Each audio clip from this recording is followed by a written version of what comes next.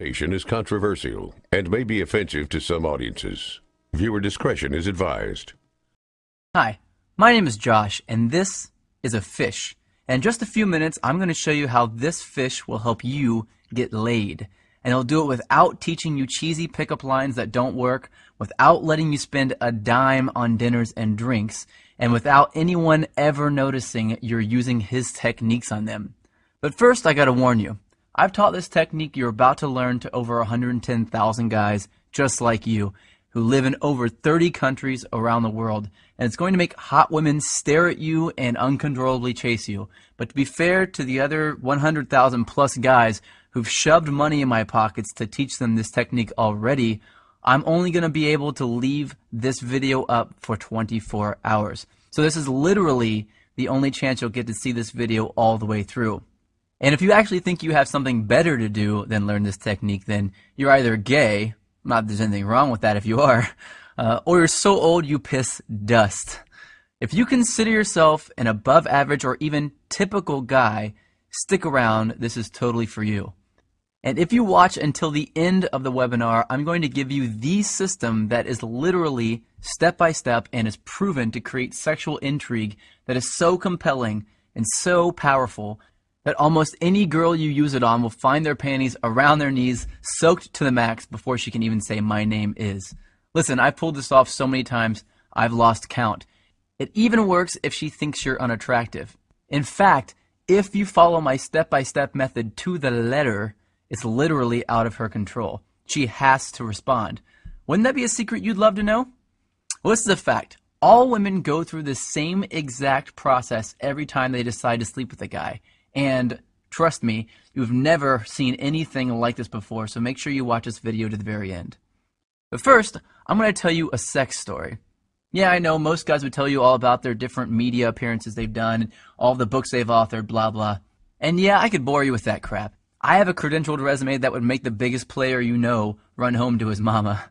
But listen, if you're smart, you don't give a damn about that.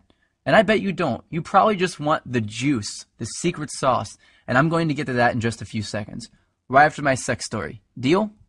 Cool. So how did this skinny little loser looking dude go from 0 to sleeping with up to 15 new hotties a month? Did I get rich? Did I memorize line after lame ass line? Did I put on pheromone cologne? Hell no. The truth is pretty brutal. I was an absolute leper with women until I discovered this system. If you looked up whipped in the dictionary, it'd say, see Josh Pellicer. In fact, if I hadn't hit complete rock bottom, I'd probably still be terrible to this day. You see, several years ago, I was living with my complete ice queen of an ex-girlfriend in North Carolina. She was hot, young, and she knew it. You know, a total Barbie who always gets what she wants. And I thought she was amazing in bed. Now that I've been with a few hundred more women, I wouldn't even rate her a 5. Listen, back then, the old Josh did anything she wanted. She wanted to move to North Carolina. I said, okay, let's go.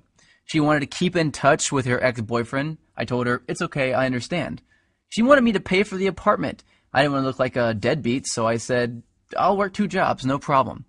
I just wanted to make her happy. But one brutally hot day, I come home from a 14-hour shift at the coffee shop I worked at to find her freaking out. She told me that her dad was making a surprise visit, and she never told him that she was dating anyone, and definitely not that she was living with someone. And the worst part, he was showing up that night. So she told me to get all my stuff and leave the house for a couple of days so he wouldn't find out that I lived there with her. And, like the little boy that I was, I left. I got all my stuff, packed it into my little crappy black Honda Accord, and drove out not having any idea where I'd go. I didn't have any friends in town, and I was way too proud to ask some random person if I could stay with them, so I drove around until I found a vacant house that was for sale, and I parked behind it hoping no one would notice me sleeping in my car.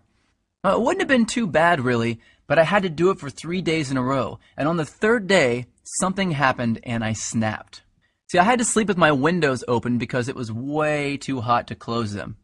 But the mosquitoes were so bad that I had to use a blanket to keep them off me, so I only slept about 2 hours each night, and I couldn't even lean the driver's seat back because all my stuff was packed in the back seat behind me. So I had to sleep sitting up in the driver's seat, covered in a blanket, in the sweltering heat behind a vacant house like a hobo. And then it happened.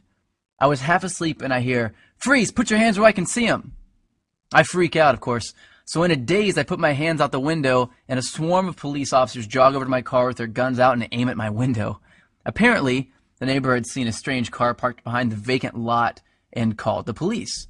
I guess I would have done the same thing. After they calmed down and realized I wasn't some national threat, they asked me what I was doing there. And that's when I did it. I told them that my girlfriend's dad was in town and he didn't know we were dating, so I had to sleep in my car for a few days. That's when one cop turned off his flashlight, looked at the other cop in complete disbelief, and turned to me and said, "Seriously?" I was tired and I didn't have the energy to explain more, so I just said, "Yeah." I think he was still trying to be professional, so he told me that I needed to go somewhere else, and he told me to try sleeping in the Walmart parking lot. And as he was turning to walk back to his car, I heard him say, "Poor bastard." The rest of the night I did some serious thinking. I sort of had to because I couldn't go to sleep. Have you ever been so tired that you can't fall asleep? Well, that was me. I just sort of woke up and realized that I was a complete and utter wuss. I was a sorry excuse for a man. If my dad knew how much of a wuss I'd become, he'd be disappointed. So that night I wrote a note to myself on a piece of notebook paper that said, "I will get this attraction thing handled or I will die trying." I still carry that note around with me to this day. So I grabbed the first thing I knew to look at out of my back seat, my psychology notebook from when I went to college in Florida. I opened randomly and I started reading, and I didn't know if I was delirious from no sleep for 3 days or if something just snapped and my IQ jumped 50 points, but I suddenly noticed a theory